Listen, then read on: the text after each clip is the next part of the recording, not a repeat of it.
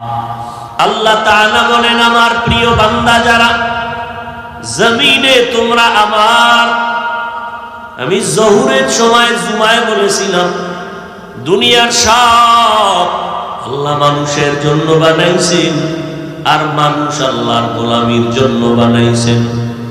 আল্লাহ বলেন, এরে গোলাম, আমি তোমারে বড় আদর করে বানাইছি।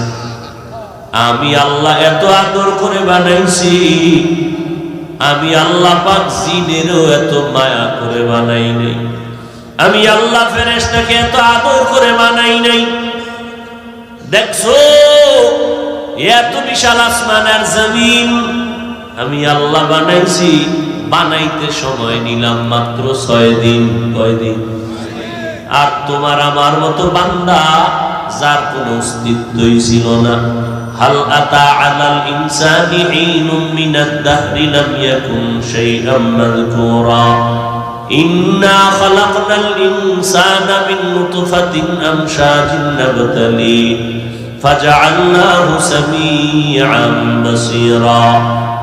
আল্লাহ তাআলা বলেন, আমি এক ফোঁটা পানির দ্বারা তোমার অস্তিত্ব দান করলাম। মায়ের গর্ভে আমি আল্লাহ তোমার মতো বান্দা 2-3 কেজি পরিমাণ ওজন, 1 হাত পরিমাণ লম্বা, আমি আল্লাহ তোমার মতোই ক্ষুদ্র বান্দাটারে মায়ের গর্ভে বানাইছি। এত বিশাল আসমান বানাইলাম 6 দিনে, এত বিশাল জমিনটা আমি দোনোটা বানাইয়া দিলাম 6 দিন।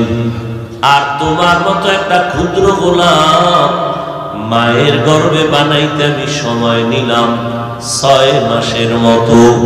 কয়দিন? কারণ কি? আল্লাহ তাআলা বলেন, এর কারণ মায়া আর মোহাব্বতের জিনিসটা বানাইতে বড় সময় লাগে। আমি আল্লাহ মোহাব্বত করে তোমারে বানাইলাম। আমি আল্লাহ তোমাকে এত মায়া করি, কারণ লাম ইয়ালিদ ওয়া লাম ইউলাদ, আমি আল্লাহর ছেলে নাই মেয়ে নাই, আমি কাউকে জন্ম দেই নাই, কারো থেকেও জন্ম নেই নাই।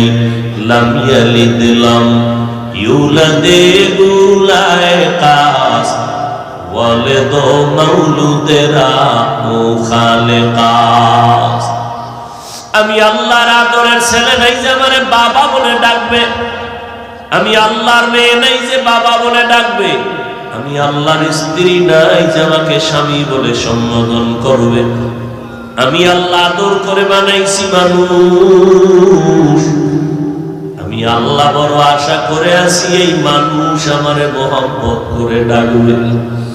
আমি আল্লাহ মায়ের গর্ভে জবানটা দিয়া নাপাক রক্ত লাগাই নাই, কারণ জমিনে গিয়া জিহ্বা নাড়ায় নাড়ায় তুমি মাকে মা বলে ডাকবা, বাবাকে ডাকবা, মাঝে মাঝে আমি আল্লাহকে আল্লাহ বলে ডাক দিবা।